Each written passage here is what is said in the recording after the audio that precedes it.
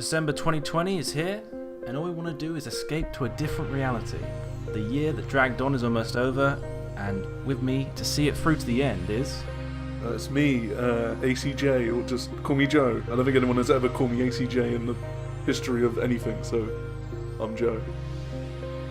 And this is the next person. Tim, it's your turn. Hello, my turn. I'm Action Rolus, also called Tim. You can call me anything. I'm Fat B, and I'm back. I'm back again. It's me, Ben. Glad he returned. And I'm your host, I guess, Luke Punk 2077, and this is an untitled podcast. But one thing to point out right this second is that Joe, I've been looking on Twitter, right? I've been doing the rounds on Twitter. I saw that you did a little cover of E17's Stay Another Day. Mm-hmm. Where's the full song, mate? Where's the full song?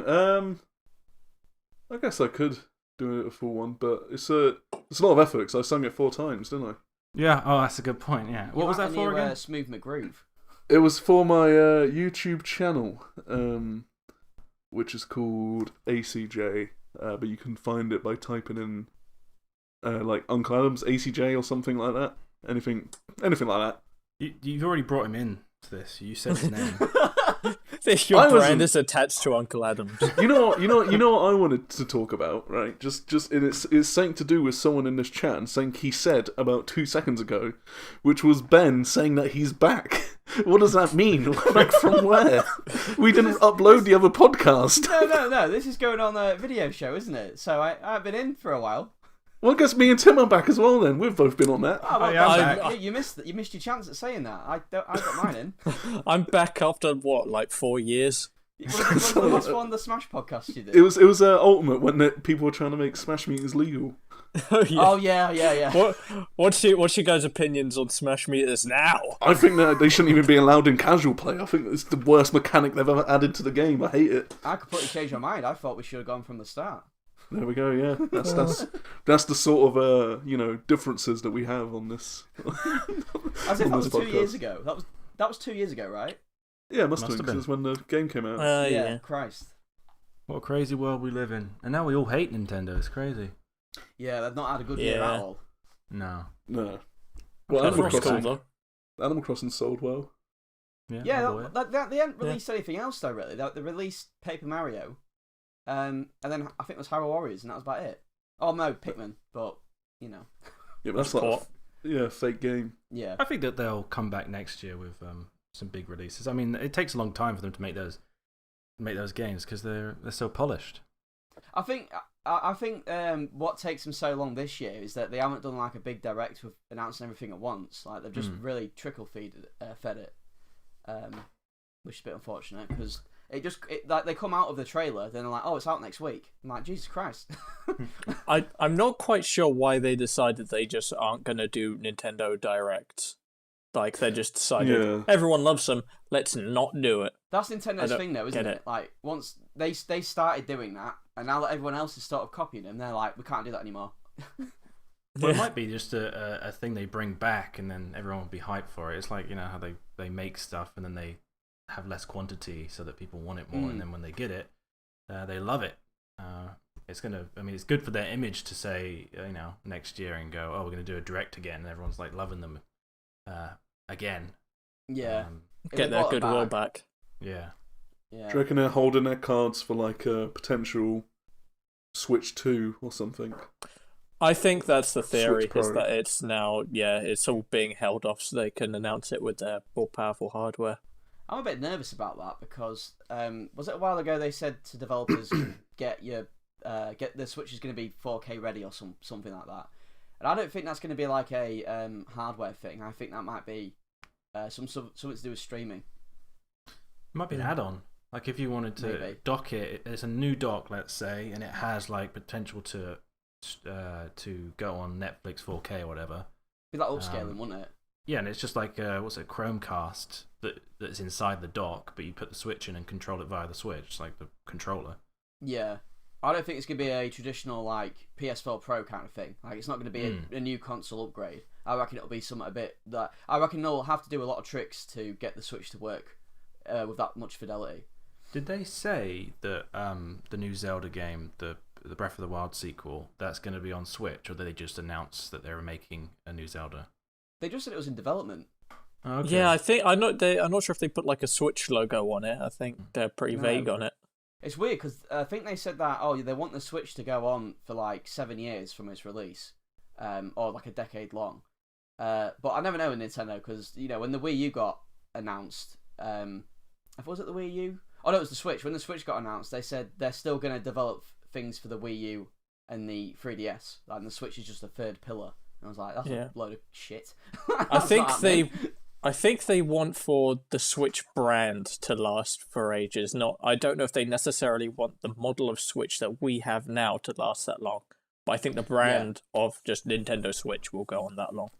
If you're going by like the DS sort of mindset, 'cause it is technically a handheld hybrid thing. Like you had the DS Lite, the DSi, and the 3DS. Like they just kind of kept upgrading that same model, and like the kind of games, like the first like DS games worked throughout, sort of thing. If that makes sense. And if they can see that maybe a new piece of hardware can do something they want to do, which they only really like upgrade their hardware when they need to do something, because it's the same when they make a Mario game. They got to make what makes this Mario game different, and then they go and make it. They make it, and they make loads of different levels based on Cappy or whatever, or what was the one before? I guess Space.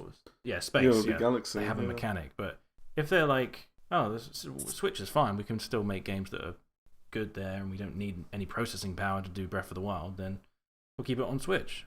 They realised they can just like make everyone hate them instead. Maybe that's what they're trying to by. I think that's what's down. That got me down quite a bit actually when obviously the past few weeks and all the stuff Nintendo's been up to. It seems like they've had like PR disasters from like the last month up until now. Can you? I haven't really been following it. What's going on? Well, it started off with so they shut down a big Super Smash Bros. Melee tournament, and it was because the tournament is using a mod that lets the game be played online with rollback netcode. And then obviously Nintendo are really like against mods and emulation, despite using it in a lot of their games. And they shut it down. And Nintendo's like historically been really, really, really bad with the Smash community. And it turns out a lot of their other games as well, because ARMS TOs and players and Splatoon TOs and players have come out and said, yeah, you think that because it's the new game and they're marketing it that they're supporting the scene, but they're really not. So then a load of obviously Nintendo fans have come out and sort of protested against it. And then I believe Nintendo was... it's on top of other things, like Nintendo releasing Mario 3D All-Stars, which is like really just a really lazy cash grab. And they've limited the release window of it until next year for some reason. That is so weird. So, yeah, and now obviously they're taking down music again, which is... everyone's kicking off about that. So they've just not had a good year at all, really. Another one is just straight up censorship. Like they're shutting down Splatoon tournaments if the players put free Melee in their tags. They're banning people, anyone from the Discord who even mentions Melee. And it's not like official Nintendo Discord. It's semi-official ones where Nintendo community members are involved. It's like they're partnered with it. Yeah.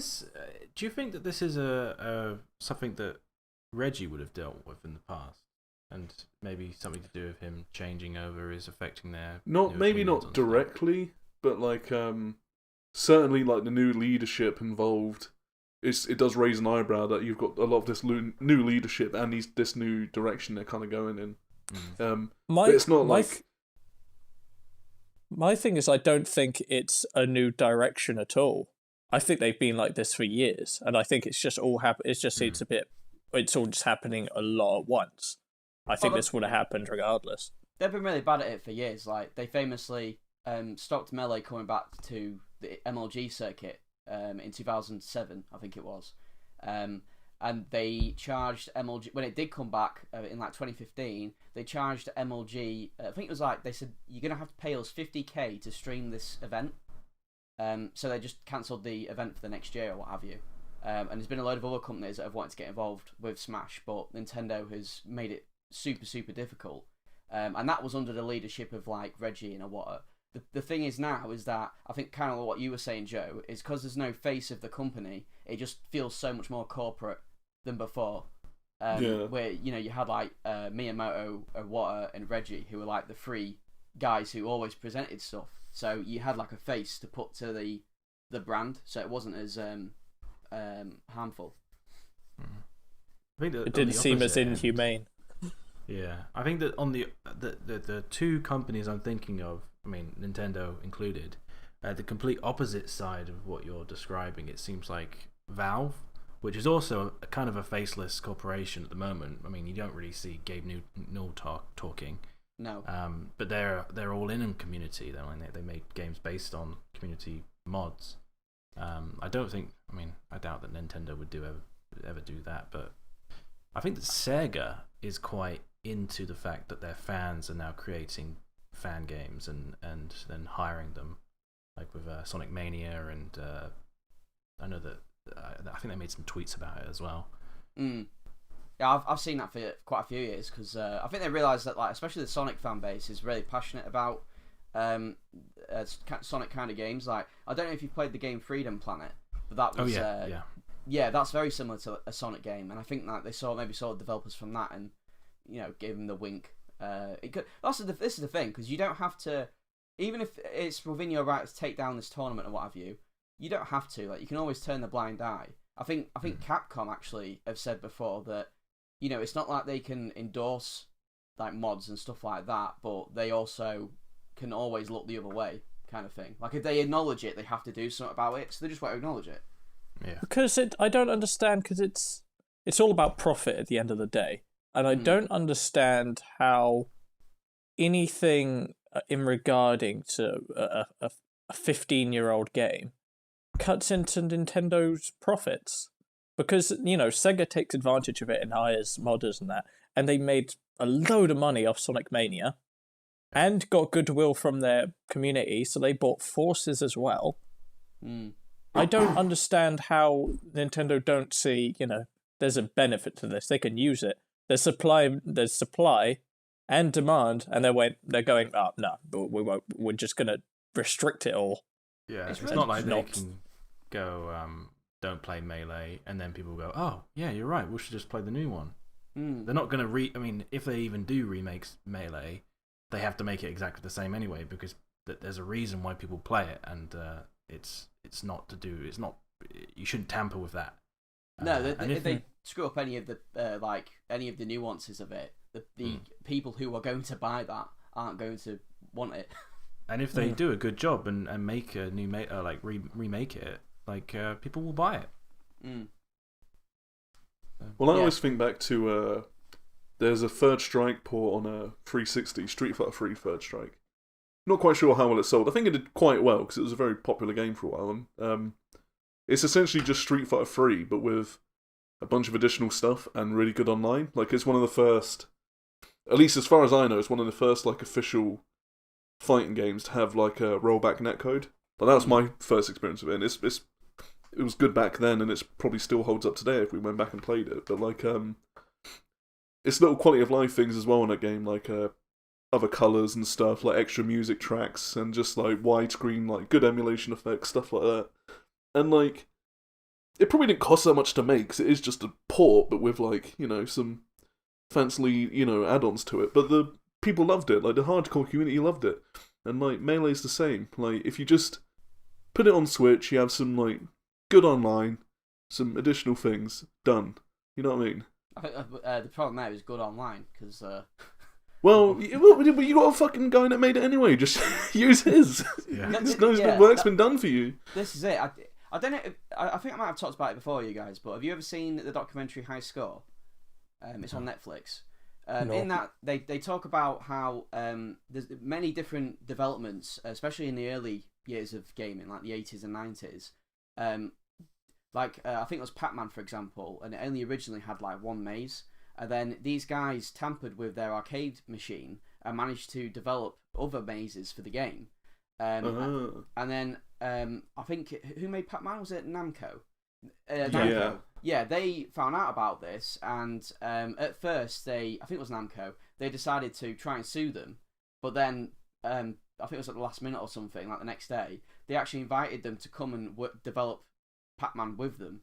And even Nintendo did this because I think the guys who made the Super FX chip, or had something to do with that, with the Star Fox on the SNES, that originally started out as two guys proving that you could put 3D graphics in that style on the Game Boy, and Nintendo flew them over and asked them how they were doing it. It's weird that they would do it back then, but are just so rigid with it now. Like they're just like, nope, if it's not us, you can't do it. When you're going that far back, though, that's pre-Iwata leadership. Yeah. So that's Yamauchi. That would have been when it's still like a family business, so they pretty much could just do whatever they want. Yeah, they've got to be more open. I mean, when you're open to change, you manage to make more. I mean, build the new path, I guess. There's only so much you can do with old stuff. I know that they keep on doing Mario games, and they're all still good, but you got to have new ideas. I guess that's what I did with Breath of the Wild. They hired like new game developers. Oh yeah, that game and Odyssey, I would say, were like it was just full of like new blood. You can tell there was new blood working on the game. I don't know where that's gone the past few years, because it seems they've sort of gone back to being a bit. I think it's just because of the long development cycle. I'm sure that the people that were working on Mario and Zelda are working on something now. True. They kind of just thrown that away because those two games were one of the biggest those years. I think the Zelda was probably the biggest game of, what was it, 2017, 18? 2017. 17. Yeah. Sorry, my screen just went off. Bit of technical difficulties here. All right. So other than, I know that we talk about Smash all the time, it seems like that's what all we talk about on these podcasts. But what other games have we been playing? Joe, you been playing much other than Minecraft? Because I've been playing with you. I guess actually, Ben fucking bouldered his way into this conversation, but I was playing Final Fantasy VII yesterday, and because I know you wanted to talk about RPGs, and I was like, you know what it was? I can't remember when they added that game to Steam. It was probably about 50 decades ago, and I was like, I saw it was added to Steam, and I was like, you know what? I'll buy it. I'm supporting the developer. I'm showing that there's an interest for like old games to be ported to Steam. So it was still a bit of a rarity back then for like console games. And I just never played it ever. Surely and then Cloud because Sephiroth's in Smash that you bought it. Well, I bought it back then, and Cloud got added to Smash, and I was like, oh yeah, I'll play Final Fantasy VII, and I never did. And then Sephiroth came out, and I was like, you know what? Like throughout my life, this game, like I always just see stuff about this game. Like obviously back in the old Brawl forum days, people wanted Cloud in Smash, and they were like modding him in, modding Sephiroth in. They were like the most like requested characters and stuff. And I was like, I've just never played this game that I've just known about for like half my life. So I sat down and played it, and it's good. Good little game. I like the setting a lot. I like the music. You got through it, or are you still? No. I'm a couple of hours Through it! Yeah, so Ben doesn't think I'm going to finish it because I didn't finish big ass boring Xenoblade because I fell asleep when I was walking around the fucking gigantic world for like the 50th time. I think it's just any long game I don't believe you'll beat. Yeah, but it's full of things in it, isn't it? You know what I mean? I got Final Fantasy VII on the Switch, and I tried playing that. I don't know if I'm just like, I have to be in the right mood for a game like that, and every time I've tried, I've just not been. You know what it is, at least for me, and this goes back to Xenoblade as well. So like, I got Xenoblade over the quarantine when I wasn't working, and whenever I sat down and played that game, I was like, oh, I'm wasting time. Like, I shouldn't be playing. I felt bad playing it, right? Because it felt like I was procrastinating. I don't really know how that works on Minecraft, because I played a shitload of Minecraft, but I didn't get the same feeling. But I've been working this week, and I got home from work yesterday, and I was playing it, and I was like, I've earned this. I've earned, the chance to play some Final Fantasy. It was a reward, for the end of the day. Like having a nice bev. Yeah, like having a nice bev. Whereas over quarantine, I'm playing Xenoblade, and I'm wandering around a big world, and I was like, I'm wasting time. I'm not enjoying myself. Turn it off. But I think the bit that just made me laugh was you saying, I went, he was like, oh yeah, I'm going to finish this. I was like, are you still in Midgar? And you were like, yeah. I was like, oh, okay. Have you beaten when it, I first Ben? played Final Fantasy VII, I thought that was the whole game. I thought the whole game was going to be in Midgar, because it's quite a big city for like the time it came out. And it's not. So... Well, you never know. Yeah, so have you 100%ed it, Ben? Fully finished? Final Fantasy VII? Yeah. No, I didn't. I beat the game. I did. I tried doing a lot of the side stuff. I got some of the optional characters and stuff. And I think because this is why I was like, oh, I don't know if Joe will do this, because I think when I did all that, it was around just under 40 hours it took me to beat the game. I really enjoyed Final Fantasy VII though. It was one of those where I remember it took me a while to get used to how the game looks, because it's definitely not aged well in that regard. But No, I think it looks good. Maybe it's because I played the original PS1 version. I didn't play the HD remaster. No. I'm playing it's the original on Steam. I'm not playing a remaster. I think No, but it's now... upscaled, isn't it, on Steam? Oh yeah, sure. When did you play it, Ben? I played it just after Smash, just after Cloud got announced for Smash. So I played it about 5 years ago. I feel like that those sort of graphical styles are coming back as people want it, that like polygony look now. Yes, I agree. And with I that. kind of like the look of older games and like I retro don't mind sort of. I don't mind the way that the models look. Like the models in battle look really good as well. I think it's that the pre-rendered backgrounds, like I can appreciate them because they're really impressive, especially for the time period.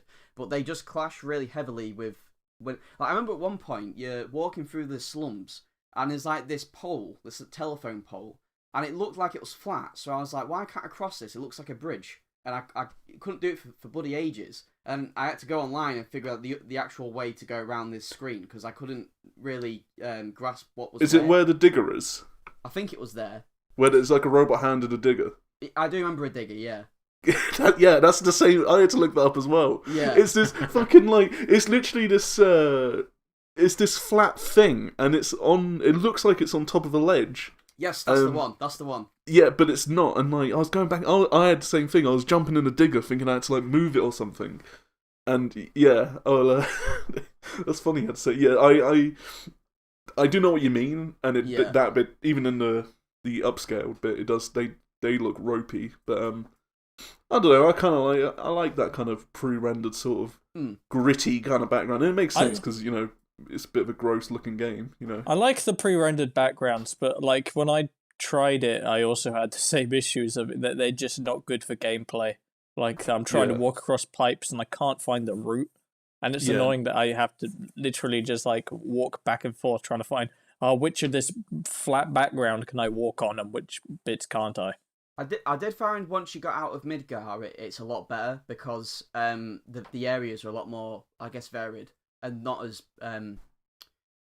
what's the word? Brown. Like, there's a lot in the background of Midgar, so sometimes you don't know what you can and can't interact with. Yeah, there's a lot of background pipes and foreground pipes, but then there's a pipe you could walk on. It's all just overlapping. I think the thing that I liked most about Final Fantasy VII was definitely the story and the music. Because when I went to Final Fantasy IX, I didn't feel the same way about that at all. I actually was quite mixed on that game. 8 was the one on PlayStation as well, wasn't it? Yeah. Because I haven't played it, but I think the art style of 8 was it's I'm not going to say better than 7, but it was more refined because it was like more. I think it was more like foresty, and it just kind of all blended quite nicely together. I don't know if I think they got more of the hang of how to develop 3D games then, because 7 was their first one, I believe. Did you say 9? I was on about Luke's on about 8. I was on about 9. Oh, okay. I'm looking at this picture. I know it's definitely upscaled. This picture I'm looking at, but damn, that game was good. Wait, which one are you looking at? 8? Wait, this might be on PSP. No, this is 9 because this doesn't look like PS1 graphics. No. 9 graphically looks a lot better than 9. Is almost as if they had the polygonal models from 7, but like looking actually decent. Yeah. God damn, they really stepped up their game, didn't they? Fucking hell. Yeah. I've been playing Final Fantasy 15 lately, and it's crazy this is all part of the same series. But I actually quite like 15. To tell you the truth, I got to the final area and then I uninstalled the game because I needed to make space for something else. But from what I played, it was I enjoyed it. I know a lot of people didn't like Final Fantasy 15, but I think it released in a worse state than it is now. I heard they did a lot of updates for it. I had a bad experience with 15 to start with because when I bought it, the guy who sent me it, it didn't include the DLC, and he had listed it as including the DLC. And then I got it and I put it in and it didn't, so I messaged him saying I want to return it, and then he was trying to convince me it was, and I was like, no, I'm going to return it, and then I clicked the I want a refund button or whatever it is on eBay, and then it took the money out of his account because that's how it works on eBay, and he messaged me saying it's going to come to my house. I was like, oh no, Jesus. Yeah. All for Final Fantasy. Yeah, all for Final Fantasy 15. I remember you telling me about this when we were talking about what we should I was like, well, if you call the police and just tell them what's going on, or call eBay or something. Yeah, because it's coming. He said something like, "I'll come there and show you how to install it." Yeah, but it more threatening, more scary.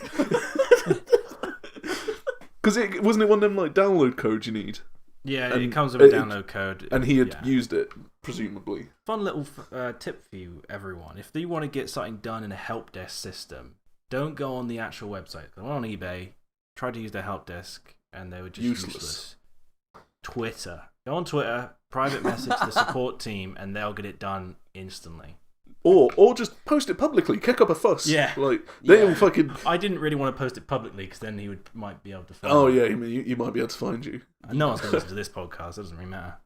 Well, I'm sure it was a few years ago. I'm sure he's got over it. He's still seething. He's looking at the money out of his account and he's like, I'm fucking showing Final Fantasy 15. But then I did play it one day, and I wasn't really a fan. I just didn't like the combat system. I liked the music. Visuals were okay. It just wasn't... I wanted the version of the game that was before 15, the Versus 13. When it first got announced? Yeah. And they changed directors, and then it changed kind of style, and now it was like a road trip game. That's why I really liked 15. I really like the idea that it makes you feel like you're actually on an adventure with your friends. And everything is full of presentation. You go through these animations for getting in the car and going through camping, and it really I kind of appreciated that. I know what you mean. I just can't get over it. I think I'm just turning into an old man. I just can't get over the fact I want my Final Fantasy 13 Versus. Give it to me now. You only want that game because it looked like Kingdom Hearts and That's right. I want another RPG that has a kind of Devil May Cry combat with less guns, and that has Goofy in it. I think RPGs in general are really hard to be just alright about, especially because most RPGs are quite long. If you put that much time into it and finish it, if you feel like it was worth it, then it's really good to you, because you're like, okay, no, the time was validated. But if you get to the end of it and think, I didn't really like that, you really don't like it, because you feel like you've completely wasted your time. Well, here's a question for you. What would make a good RPG? What is the fundamental thing that it needs? Do you want to go first, Tim? For me, I think it's all about how the ability to build a main character, or at least have. If it depends, if it's strange how RPGs sort of moved away from actual role playing. Yeah.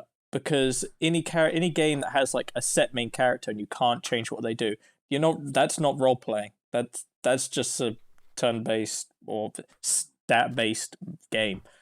But that's what's important to me. I really like the building up my, a really specific skill tree, and I had this. Actually, had this in 15 even, because there were a lot of weapons in that game, and there were all these king's arms you could use.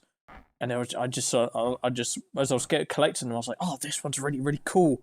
I'm gonna build my skill tree around this one and this one and this one and all that." And that's what I liked about it. You want to feel progression, don't you? Like personal progression, not just in the game. Yeah, I just like the idea of, being able to build my own character and, approach the game in a unique way. That's what makes an RPG good to me. I'm actually going to ask you guys a question then. Do you prefer it when, so like you are the character, like you are the character in this world, and you go off and games kind of like Elder Scrolls, like Skyrim or Fallout, for example, where random things can happen and you've always got a choice, or do you prefer like the more, I guess, linear but focused route? And you're like a set character with their own backstory and this kind of thing.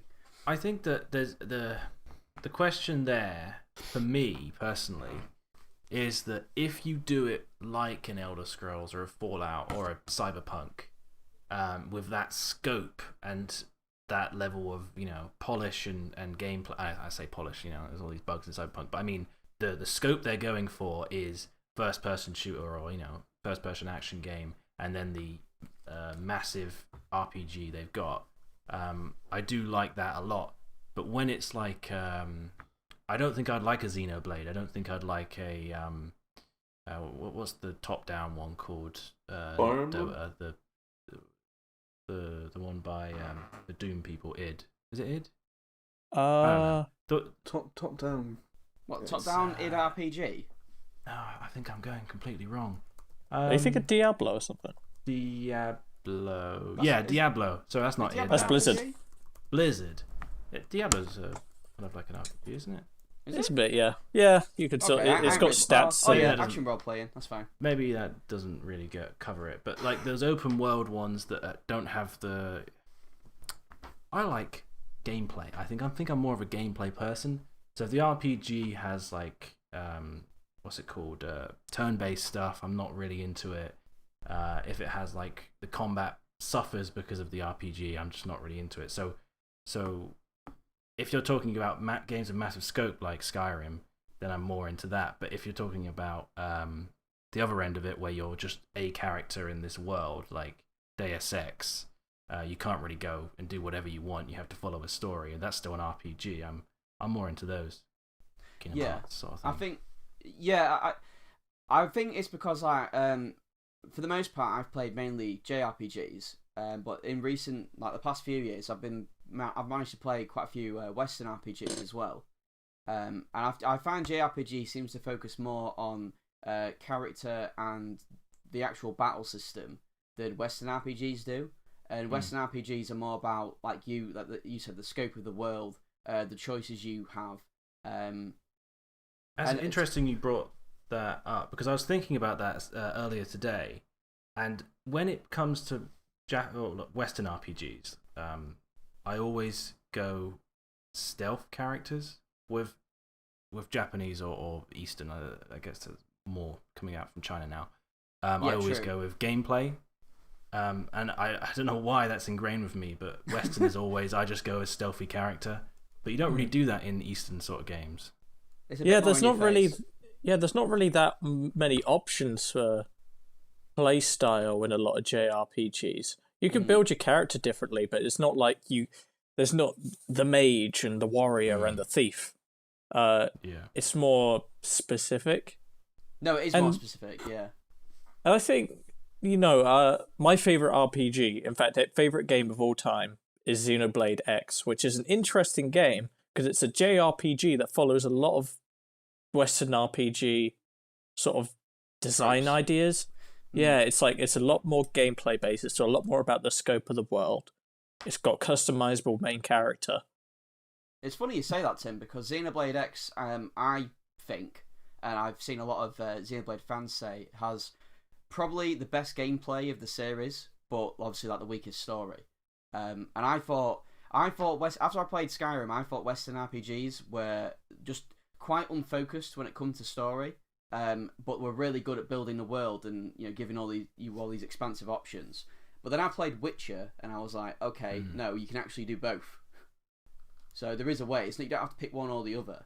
But I haven't played games like Mass Effect, and I wondered kind of what.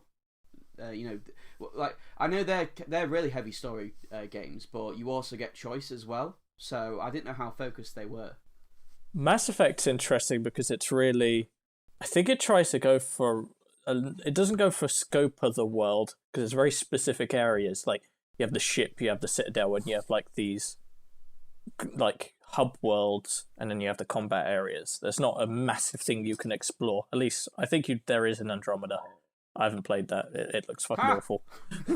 But in those ones, it's like it really like tries to help you like build the world. Like it has all these things going on in the background. Like you see these crazy aliens and all that, and the main story is interesting enough. Like Shepard's got to defeat the Reapers. It's cool, but it's more interesting when you think about like all the character stories and all like there's like a massive codec with like every single like detail of the universe like laid out, and that's what's interesting about Mass Effect. That's why I find that fun. It sounds like it has like a lot more individual like little stories, because that's something I do prefer in like JRPGs like Xenoblade and Final Fantasy to some extent. Is their main narrative, because everything is built with that in mind and around that. I always get really sucked in to those. Like when I first played Xenoblade 1 and 2, I think I didn't really do any side quests. I just barreled through the main story because I was that invested in it. Whereas like Skyrim took me bloody ages to yeah, I didn't even finish it. I finished the main story, but I was like, I did so much. I was like, I'm gonna finish now. I'll finish the main story and I'll quit and then come back at a later date. But I didn't feel like the whole game was closure, if you get what I mean. It feels like it could go on forever.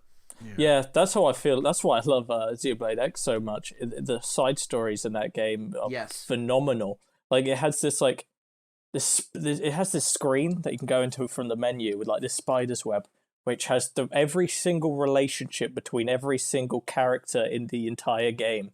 It just shows like it's just crazy seeing how all of these things are interlocked. And if you like look up like the prerequisites to get in a side mission in that game, it will have like so many missions you have to do first, because you have to meet all these characters, you have to do all these things and see all these things, and it feels like honestly it can go on forever. It doesn't, because I've seen the end, but it does feel like it can go on forever. How is Cyberpunk in that regard? Because I know you and Luca played it right now. I mean, what do you guys think of it at the moment? Well, Cyberpunk, for me right now... Disregarding bugs. Yeah, it's not about the bugs, because I've been alright with bugs. I haven't faced anything game-breaking, and I've had a relatively good experience, and I do like the game. But the content that is based around isn't very RPG-like. It's a lot like a Ubisoft game where you have like these like things going along around the world. I think that what sets it apart from the Ubisoft sort of style of mini, what would it be? It would be mini. Everything is set in a category, so there is collectibles, there's gangs. There's not like towers like in Assassin's Creed, but it's all like has its own little circle on the map. Like this is a gang war, this is a bounty. But what they do that I don't think Ubisoft does as well is the atmosphere of the places. So everything I have found is really interesting to explore. And the RPG nature, I guess you can customize your character and you have good choices. But I think that the main thing for me, RPG wise, that sets it apart is like the perk system and how that affects your character. So I don't know how you're playing, Tim, but obviously I'm stealthing around, trying to get headshots. My character is kind of broken. I think I've figured the game out. So the way that I approach every single mission is I find something I can hack into and ping, so I find every enemy and I can see them through walls. Then I use my tech gun, which I've all charged up, which I've all put all my perks into charging it up, and I can one-shot every single enemy through the walls. They can't find me, they can't see me, and then I just walk through the level, and it's like a minute of just walking around this empty world with dead bodies everywhere. because I've already killed them through the walls. I heard about that with sniper rifles. Apparently, the AI isn't good at long distances. So if you get a sniper rifle, they don't really know what to do and shoot someone. They just like kind of go into alert mode in their section, and then you just shoot them all. Just run around like headless chickens once you've shot them. Yeah. Kind of reminds me of. I know it's not the same thing because it's more random, this one. But my housemate was playing. I think he was playing Fallout 4, and he randomly found this minigun that had a high bleed effect on it. And he just shreds through everything because it's a minigun with each hit doing like a certain amount of bleed damage. And it just made the whole game a cakewalk. But I like those things because I don't feel like that's taken away from the difficulty, because it feels like, oh my god, I found this. Like, it feels lucky, but you're really happy that you've got it. It don't feel like it's ruined the game at all for you. The thing is, I'm also playing on normal, so really? There are 4 difficulties, so I could crank it up to very hard and see how well any strategy works in those difficulties. I'm not sure if I'll go as far to see that, but But you must hit a wall at some point, because you're only early on in the game. I'm guessing when the enemies get tougher, it might be a bit harder later on, but you never know. I don't know how early on I am in the game, actually. I think I might be I've heard it's nearing not super long, the end. like the main Yeah. story. Really? Yeah. It's like more about the side stuff and exploring the world, I've seen. Yeah, there's quite a lot bit of like important Skyrim, I side suppose. missions. I really do like the characters. I thought that they would be, put on the shelf because of the, type of gameplay they've gone. Because I know that Witcher was open world, but it wasn't as dense as this. But I do like a lot of the characters. They're very likable. I mean, they're very expressive. And I'm looking forward to playing it. Yeah, which is good. I like most of the characters, except for one, and you might disagree. But Keanu Reeves' character is a dickhead, and I hate him. I want to kill him.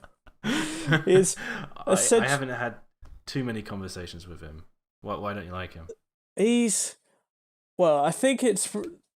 I don't know how much I should say, but I'll go as far to say that he's a terrorist, and it's like having Osama bin Laden in your head, except he's a punk rocker. Yeah, no, they do mention that about having a terrorist in your brain, and it's just a bit. It's difficult because I think that the way he delivers it also is just, I want to like him, but it's Keanu Reeves, and I want to like him, but he's being such a bad guy. Yeah, I think you they can't also see him as Keanu Reeves, can you? Yeah. The game kind of wants you to get past a lot of the things he's done and is, and expects you to have like banter with him. And there's like a few dialogue options that I've had, which is like, I always save before any big dialogue thing because I'm like, I want to do what I want to actually say.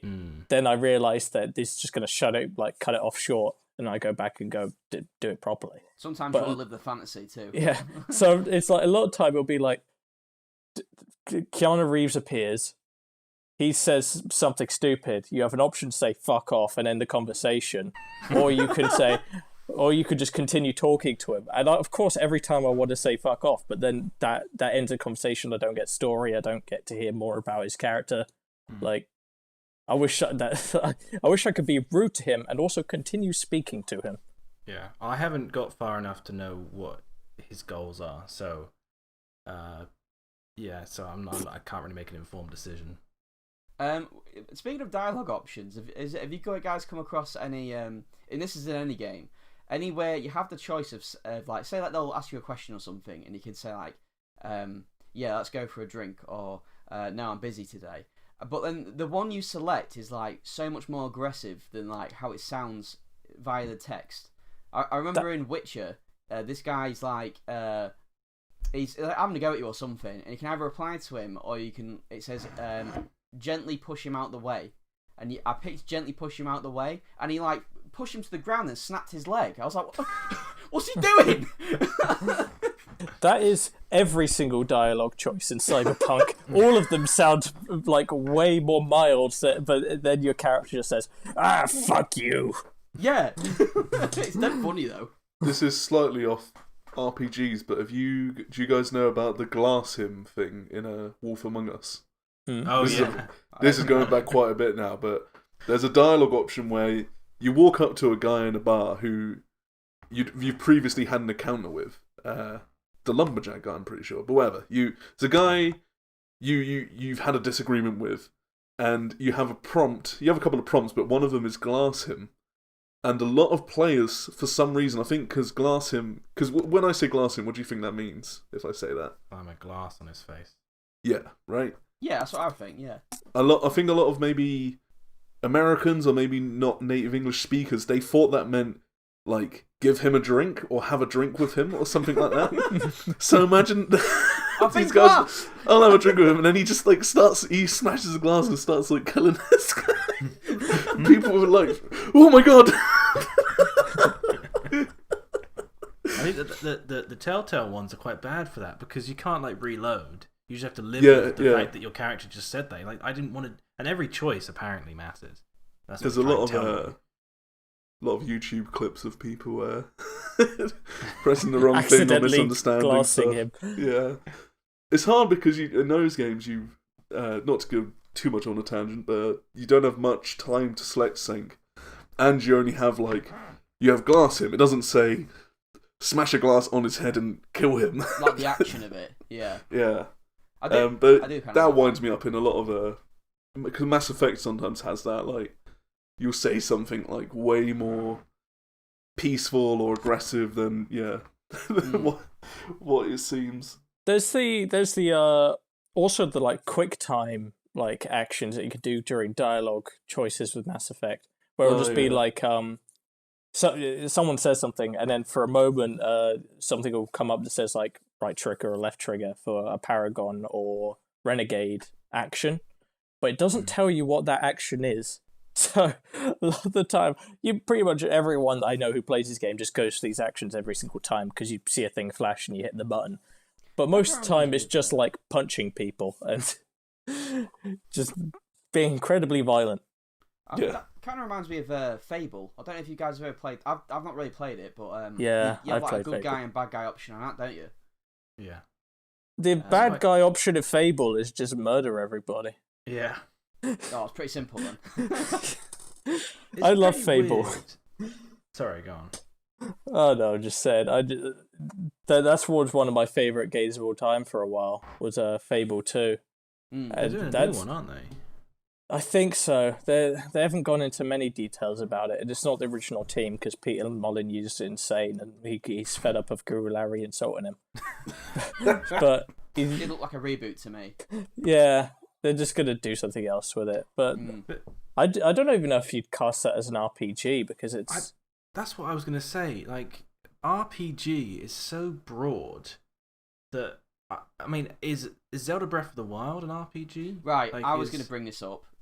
Because I've said it before, but I've heard a lot of people talking about how, and I had a complaint with this to Breath of the Wild as well, is it didn't feel like you got much in the way of finding things, because most things were breakable in that game. The only thing you could really upgrade was your stamina and your hearts, and you couldn't really get a permanent weapon or upgrade your weapon and feel like you become stronger. You don't really get any of that. And then I heard some people suggesting that we put in a level up system in the game, and I was like, no, you don't have to put a level up system in every game and just slap it in lazily, to make it feel like you're progressing. Other Zelda games aren't RPGs; they're action adventure games, and the way that they made progression feel good is, you do a dungeon and you find a new item, and that lets you access other areas and stuff like that. And I don't like slapping level ups in every game because I don't think that means it's an RPG at all. Yeah, but how do I know if I'm getting better if there's not a number that says I'm better at the game? I like how they ruined Assassin's Creed by making it so you can't even assassinate people anymore because they're too high level. Really? Assassin's Creed is a series that when they introduced the level up thing, I was like, this is not needed. And I thought the same about, I know it's a well-loved game, but God of War did it as well. I was like, you don't need these level ups in here you can do different things with it. Well, how about this then? So, I guess this wouldn't just be an action game. I'm trying to think of what is riding the line of an RPG, because if it has customization, it just has customization. It can't be an RPG. But then if it has choices, only choices, like let's say Telltale games, that's not an RPG. So it needs to have customization and choices, but also it's just a strange one because I'm thinking, Metal Gear Solid 5, that's an open world action game. It doesn't let you level up, but you can customize your weapons. There's definitely a sense of progression in that game, yeah. Yeah, there's no leveling. I just said that, yeah. You might disagree, but I think Kingdom Hearts straddles the line. Yeah, I was thinking that earlier as well. Yeah. Because it's not got any. It's got action combat. You don't customize your character at all. You just play as Sora. You don't really make a choice in how you approach things. He does as he does. You can have different perks, and you can tell Goofy and Donald to do different things based on their I perks. think you mean. Do you mean story-wise, Tim? Oh, yeah, pretty much. Story's all completely linear. But then, what about? I know that Deus Ex, it's not. It's a kind of open world game, but there's only, let's say, Human Revolution. I think only had 3 different endings, and they're all chosen at the end, like Mass Effect. That was Human Revolution was like a mini open world sections. But that had leveling up and it had dialogue choices. That definitely makes it an RPG. But it's not much different in endings because you just decide at the end. When I think about RPGs, I think like interesting, expansive worlds with their own lore. Lore is like a massive one for me. It needs, like, that's why I like Xenoblade so much, because I find the lore in that game just very well explained. Everything has an answer to it usually. I really enjoyed the lore in like Elder Scrolls as well, and especially Witcher. That really brings me in. The mechanics of you need to have. I would say you don't need to have this, but like a expansive cast is great because that also immerses you in this world. And in terms of mechanics, I do think level ups should be in there. And I do think upgrading gear and all that kind of thing should be in there as well. But I think it also needs to have like battles or fights. It needs to have a reason for those, because like when you beat someone in an RPG, you want to feel like you've not only beat them, but you have in I guess a metaphorical sense, you've leveled up, you've grown stronger. But when you get a new sword or something, you get excited to use it. Yeah, and that's why I think Breath of the Wild, it not having the elements of RPGs, the small elements like it doesn't have dialogue choices, but it has player choice. Yeah, it doesn't have customizable weapons, but it has stats and it has armors that won't break, and then you can use those in certain situations. So it's very much an RPG, but for gameplay only. Yes, I agree with that completely.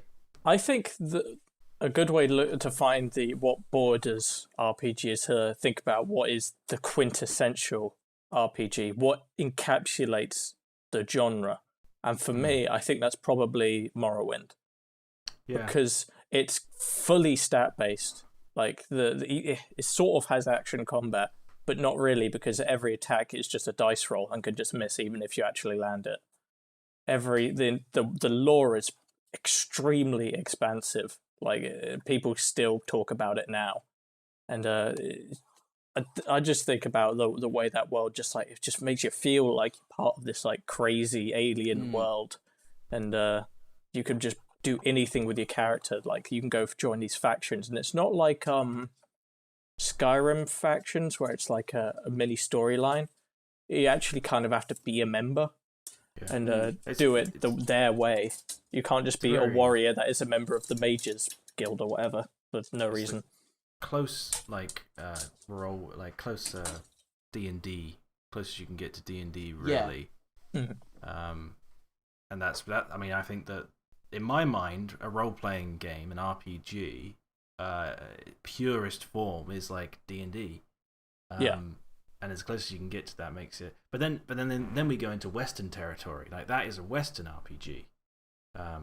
So Japanese RPGs seems like I think that calling them RPGs is a strange phrase to say, because a lot of them have more fixed stories. I know you said about Xenoblade, you can but going back to Xenoblade, the choices you make in that game, are they all set or... Yeah, They're all it's set, a very yeah. it's a very linear story. I think the thing is, I think of role playing game a bit differently because I think when you're role playing, I guess I think, who are you role playing as? Because like, for example, Witcher, I would say that's an RPG.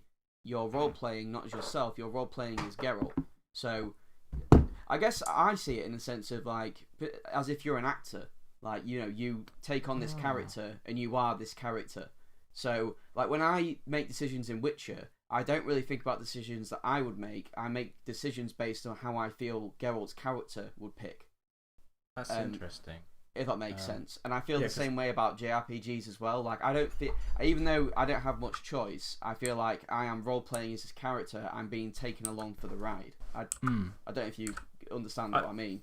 No, I completely, because I always thought of it as me like my, I make a character in my head and that's who I portray. But yeah, I guess I normally try and make, because if it's decision based, then I make it based on my opinion. But yeah, I would do that in games like Xenoblade X, where you are the avatar, and Elder Scrolls, for example. Like, that is about me. But when I'm playing another character, I try and think what would make sense. Like, if how they act and how they are. Like in Witcher, for example, if I piss someone off beforehand because Geralt and them had a natural argument, I would carry on down that road. I wouldn't magically, take a 180 because I don't think it would make sense to the character. What I find interesting about JRPGs and the reason that they're called RPGs is that, have you heard about how it pretty much all got started? Essentially, when the first proper JRPG is Dragon Quest, yes. And the reason they made that is because Japanese people really like this proper, like, it is a proper RPG called Wizardry, but it goes really, really deep into the stats. It's like a real dweebs game. It's so tedious. Is this a video game or a board game? Sorry. It's a video game, yeah. Okay. It's like this like first person like dungeon thing where it's literally all dice rolls and things like that. And it caught on in Japan. Strangely, it didn't really catch on over here. And they were like, "Oh yeah, this is really cool. We're really cool. We want more of this." But what they took from that wasn't the idea of role playing. They thought, oh, what people really like is stats and progression and stuff like that. And then that's what they put into Dragon Quest, and they were figured out, yeah, that is what people like. They like the idea of progressing their own character. It doesn't matter what the character is or what they do. It is funny you say that, Tim, because saying that, how deeply it goes into the stats and what have you, because Dragon Quest is probably the most simple RPG out there. Yeah, because they were trying to, like, people liked it, but it was still like an enthusiast thing. Yeah. So, like, how can we get this to people? They wanted it, like, on the NES and stuff. They wanted this in kids' homes. How could they make it? Yeah. So they simplified the look of it. They made it all colourful and put these crazy monsters in, and just boiled it down to, like, attack, health, defense. Simple things. If you want to look at like the epitome of a JRPG, Dragon Quest is definitely that. And I feel like other JRPGs have taken on Western elements throughout the years. Like, if you look at, would you guys consider Dark Souls an RPG? Yeah. Yes. Yeah. Yeah, because that's a Japanese game, and I didn't realize because it feels very much like a Western studio developed it. But where and even Final Fantasy to some extent has started taking a lot more Western tropes. But Dragon Quest has stayed completely JRPG from its inception till now. I think 11 takes some Western influences. I think they realised so in its skill tree system, maybe. Yeah, in the skill tree, and also just like how the world is built. They realise how people like running around these big open worlds, and 11's not that big and open, but you can clearly see that they're trying to go for that. 11's a bit weird because it does have big open areas, but like they're all part of like one bit. So like you'll go into one area and it's like this big open field, but then you have to go from one end of it to the other, to like get to the next area kind of thing. So it's like there's a load of stuff to see and do, but you're still pushed in a certain direction, I guess. Yeah, it's still room based pretty much, but one of the rooms is just a giant field. Yeah, it's not. It's definitely not a game like, I guess Cyberpunk or Witcher, where it feels like you can go in any direction and something will be there. Yeah. So. Yeah. Well, it's been lovely having this little chat with you boys. It has indeed. I've had a lot of fun. Yeah. Any closing thoughts at all? Role playing. What if you could play as a bread roll? Now that is something. It might keep me up tonight. Here's I one. don't think we can't post this anymore because that is too good of an idea. Well, here's one to Copyrighted, sit on, please. right? Halo, right? Ben was talking about lore. Very expansive lore in Halo. Probably its most defining feature. Leveling up, you level up in the multiplayer. Yeah. And not only that, it's got an RPG in it, which you can shoot and kill people with. Where's the cast of characters? Oh yeah, the boys. Sorry. The Chief and the Boys, Chief and the Boys, yeah. Sorry, I forgot about that. Yeah. Also, that's all right. just a reminder that Melee is also an RPG because you need to obey the law, and if you play it, you're going to jail. Yeah. Sort of like Skyrim, like you could break the law in that game, but you just run away and carry on doing it. Sort of like what Melee players are doing at the moment. They don't really care. Back to Melee. Always back to Melee. That wasn't Melee, it was Tim. It was Tim's fault. Can't believe it. Oh, So- I was talking about Halo. We've learnt a lot, and if you're listening to this, post your favourite RPG, and then we'll read it, I guess. Yeah, thanks for joining us. Bye. Goodbye. Goodbye. This is like a kids' TV show. Now, fuck off.